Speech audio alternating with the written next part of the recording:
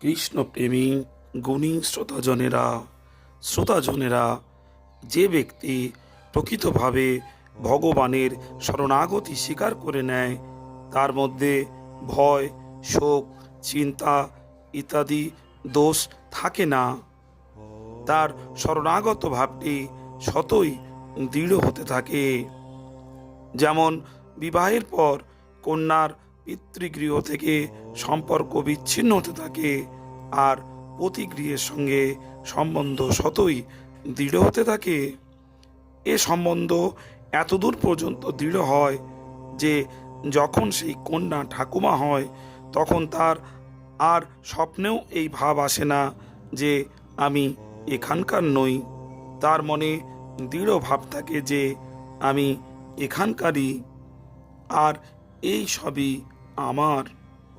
যখন তার পুত্রবধূ আসে এবং ঝগড়া বিবাদ করতে থাকে, তখন সে বলতে থাকে, দেখো, এই অন্য ঘরের মেয়ে এসে আমার ঘর বরবাদ করে দিল। তখন সেই বৃদ্ধা ঠাকুমার মনে থাকে না যে সেও তো অপর ঘরের বা অন্য পরিবারের মেয়ে।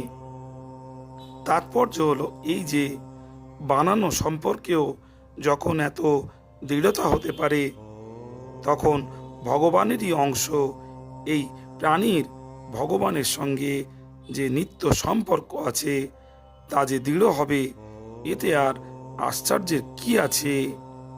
আসলে ভগবানের সঙ্গে সম্পর্ক দৃঢ় হয় সংসারের সঙ্গে মেনে নেওয়া সম্পর্কগুলি পরিত্যাগ করলেই।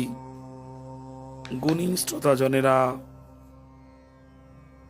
কৃষ্ণময় ভিডিওটি যদি আপনাদের ভালো লেগে থাকে, চ্যানেলে যদি নতুন হয়ে থাকেন, তবে চ্যানেলটি সাবস্ক্রাইব করতে ভুলবেন না, আর বেশি বেশি লাইক ও শেয়ার করে দিয়ে অন্যান্য শ্রোতাজনদের শোনার সুযোগ করে দিন।